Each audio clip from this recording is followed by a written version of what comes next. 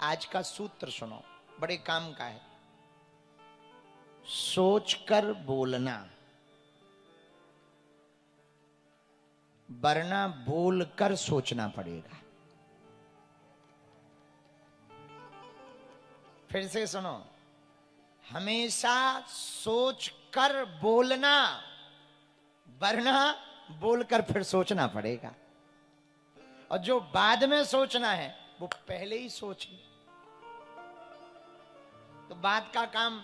और फिर एक अपनी कहावत है, बहुत प्राचीन कहावत है, फिर पछताए का हुई जब चिड़िया चुग गई खेत। अब तुम लोग तो सब जानते हो, ज्ञानी हैं। अरे भाई, बाद में पछताने से बेहतर है सोच कर बोलो।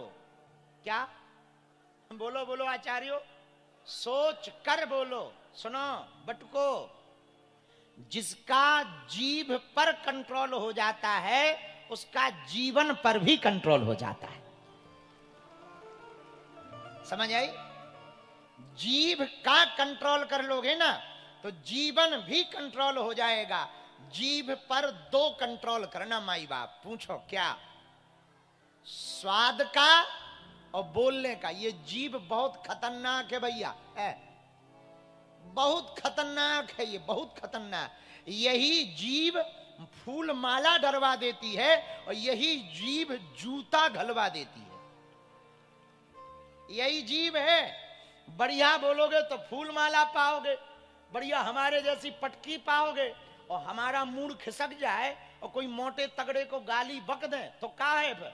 दे जूतम जूता, चैथी लाल कर दी जाएगी। पर ये खेल किसका है? बोलो बोलो। जीभ बहुत खतरनाक है। इसका कंट्रोल जिसको करना आ गया उसको जीवन कंट्रोल करना आ जाता है। कुदरत को ना पसंद थी सख्ती बयान में, इसलिए उसने हड्डी ही नहीं दी जबान में। और तुम देखो सब जगह हड्डी है पर जीभ में हड्डी नहीं है। अच्छा, मुंह में दो चीजें हैं विशेष, दांत और जीभ।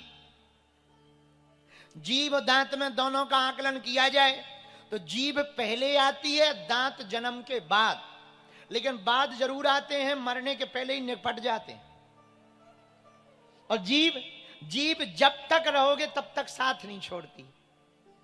जरूरी नहीं है जो मजबूत हो वो बना रहे, मतलब सीधा सा है।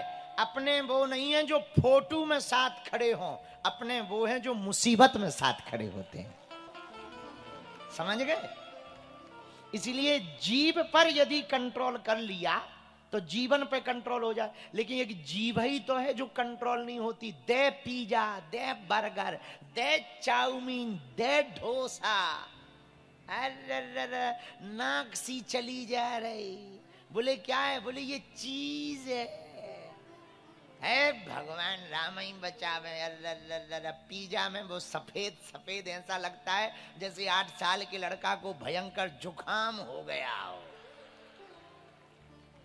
पर ये जीभ है, मानती नहीं। हमने कई लड़कों को समझाया, काम बेफिजूली में पड़े, क्या खाते पीते हो, ठीक ठाक खाओ। तो हमसे एक दो लड़के पूछ रहे, गुरुजी आप फिट रहते हो? हम कहे फिट नहीं है, कमजोर है। फिट में और कमजोर में अंतर होता है। उनका सूख गए, कमजोर है, देखो आंखें घुस गई, कमजोर है। अरे बोले नहीं नहीं, हम लोग खुद कमजोर होना चाहते। हम कहा एक बात बोले, हम जीभ से कमजोर नहीं है, इसलिए बॉडी से कमजोर है। बोले मतलब? हम कहा कुछ भी कहो। हाँ ये है कि ज्यादा कंट्रोल नहीं है, कई बार हमें भी चाट की ललक लगती है। देखो हम झूठ तो बोलते नहीं हो, फिर ब्याज पीठ से क्या झूठ बोलेंगे? और तुम हमारा करीका लोगे झूठ बोले। इसीलिए सीधा, हम तो देखो सीधे साधे आदमी है, चाहे किसी को बुरा लगे चाहे अच्छा लगे। एक कल हमारे पास एक बहुत बड़े आदमी बैठे थे, 6 घंटा बैठे रहे मिलने के लिए। और हम तो मूडी आदमी है, हमने जैसे ही देखा कि ये पद वाला बन के आया, सो हम उसको नहीं मिले। कोई काम नहीं कर रहे थे, कमरा में पड़ रहे और कुछ नहीं कर रहे थे। लोग चेले आए, बोले हम कहीं कुछ नहीं कहते, तो आराम पर है, आराम पर है। और कोई आराम नहीं कर रहे थे, उठक बैठक कर रहे थे। बाहर में गए तो किसी ने हमसे पूछा कि आखिर कारण क्या है? हमका कारण कुछ नहीं, वो पद वाला बन के आया और पद से हमारा कोई लेना देना नहीं। ना हमें धन चाहिए, ना निधि चाहिए, ना रुपया चाहिए, ना माला चाहिए। अपनी ठटरीवर आए पद वाला, चेला बन के आता तो मिलते। तो हमसे किसी ने कहा कि हम जैसे ही बाहर निकले तो वो हमसे उसका साथ वाला बोला आज तो 6 घंटा हो गए साहब को, और हमारी तो बहुत श्रद्धा थी आपसे और हम ही ले आए थे जिद करके, हमारी तो आज श्रद्धा टूट गई। हमने कही ठटरी के बारे इतनी कमजोर श्रद्धा टूट ही जानी चाहिए। जो 6 घंटा में श्रद्धा टूट जाए वह श्रद्धा थोड़ी है, चाइना माल है। ऐसे ही मुंह पे कह दिया हमने। तो हमारे एक चेला ने हाथ पकड़ा कि ये बहुत बड़े साहब है साहब। हम कहीं साहब हुई हैं तुम्हारे, हमें कौन ठटरी अब आऊं जाने। जय बजरंग। तो देखो हम सीधे आदमी, हम तो गांव के आदमी, सीधे आदमी, पढ़े लिखे नहीं, तुम लोग तो ज्यादा पढ़े। तो जीभ पर कंट्रोल हो जाए तो जीवन कंट्रोल हो जाता। स्वाद चटकारे लेने में जीभ बहुत चतुर है, लेकिन स्वाद जीभ के लिए तो ठीक है पर पेट के लिए खराब। और जहां बड़ा पेट बड़ा बेट, सो जल्दी खुला मौत का गेट। हाँ, इसलिए जीभ पर कंट्रोल, स्वाद से भी और शब्द से भी, 2 चीजों से करो। बटको सुनो, स्वाद से और शब्द से, 2 चीजों से अपनी जिह्वा पर जिसका कंट्रोल आ गया भैया, उसका जीवन कंट्रोल हो जाता है। एक बात और बोले पागलों, कह दो बोलो, जरा जोर से तो कहो। हाँ चेला तोरे ही लाने आए हम। सुनो मेरे पागलों, ये जीभ है जो सब करवाती, सब, और जीभ है जो सब कुछ करवाती रहेगी। ये जीभ ही लड़ाई करवा देवे, ये जीभ ही लड़ाई शांत करवा देवे। अंग्रेजी का एक शब्द है सॉरी। लड़ाई हो जाए सॉरी बोलो तो लड़ाई खत्म। और अस्पताल में डॉक्टर यदि सॉरी बोल दे तो आदमी, शब्द वही है पर दोनों की अलग अलग आशय हैं। अस्पताल में डॉक्टर बोले सॉरी सो आदमी, और घर पे लड़ाई हो जाए लुगाई से, घरवाली से, और सोते समय कह दो सॉरी सो लड़ाई खत्म। अब है देखो एक खेल जीभ का, ये जीभ बहुत खतरनाक है। एक मिनट में सब ठीक ठाक कर देती है, फिटम फाट कर देती है, सब बराबर कर देती है। और जी भाई, अरे भैया पूछो मत, उसने 2 कहीं तुम 4 सुना दो, फिर देखो तुम महाभारत ठन गई, दे तलाक करो हस्ताक्षर अदालत में। बुरा ना मानना, आजकल वर्तमान समय में सबसे ज्यादा तलाक होने का कारण है सुंदर साथी सब चुनते हैं, समझदार कम चुनते हैं। और साथी कैसा भी हो, पति अथवा पत्नी, समझदार होना चाहिए।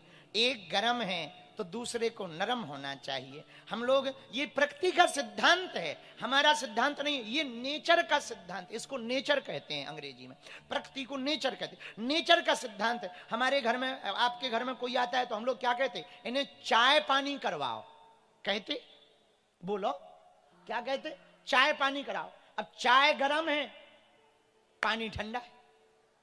देखो है विरोधाभासी। क्या कहते, लौंग इलायची लाओ, लौंग गरम है, इलायची ठंडी है। तो बोले हम बहुत मेहनत करते, बोले कितनी, बोले दिन रात एक। अब दिन उजाला रात अंधेरी कर रहे विरोधाभासी। तो एक गरम हो तो दूसरे को नरम रहना चाहिए, एक गुस्सा में हो तो दूसरे को मुस्कुराना चाहिए। मुस्कुराने में बड़ा मजा है।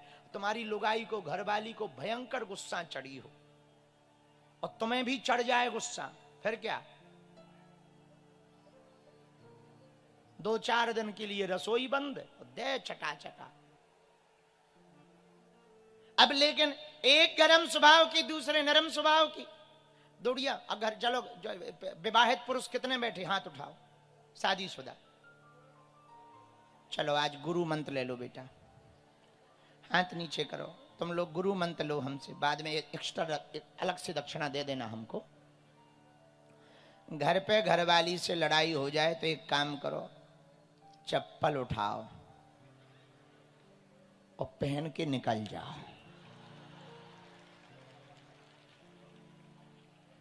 क्योंकि जो तुम सोच रहे हो तो कोई नहीं कर सकता है।